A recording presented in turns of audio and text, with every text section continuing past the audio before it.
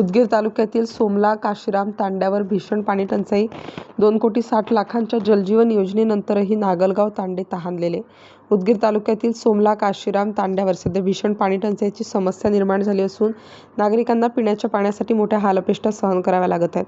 विशेष म्हणजे शासनाच्या जलजीवन मिशन अंतर्गत सुमारे 2,60,00,000 रुपये खर्चून पाणीपुरवठा योजना पूर्ण करण्यात आली असतानाही नागलगाव परिसरातील तांडे अद्याप पाण्याविना आहेत. स्थानिक नागरिकांच्या मते योजनेचे काम पूर्ण झाल्याचे कागदोपत्री दाखवले जात असले तरी प्रत्यक्षात अनेक घरांपर्यंत पाणी पोहोचलेले नाही. महिलांना आणि लहान मुलांना दररोज तांड्यापासून 1 किलोमीटर असलेल्या हातपंपावर जाऊन पाणी आणावे लागते.